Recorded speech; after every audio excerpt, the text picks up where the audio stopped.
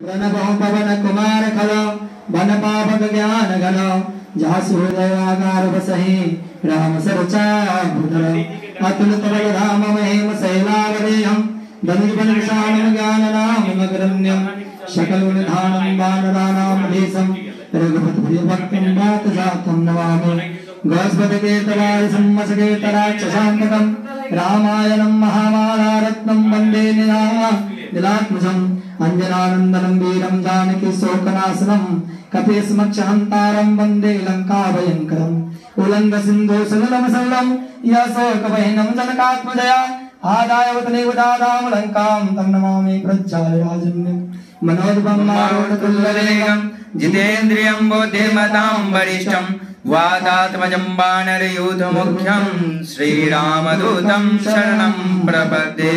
ओम श्री हनुमंताय नमः। ओम श्री हनुमंताय नमो नमः। ओम श्री हनुमंताय नमो नमः। निश्चय प्रेम प्रतीत दे विनय करे सन्मान सबकी राज सिद्ध करो पवन पुत्र हनुमान। लाल लालील से अरुधरि लाल लंगूर वज्र दे दालम दलना जय जय जय कपिशूर।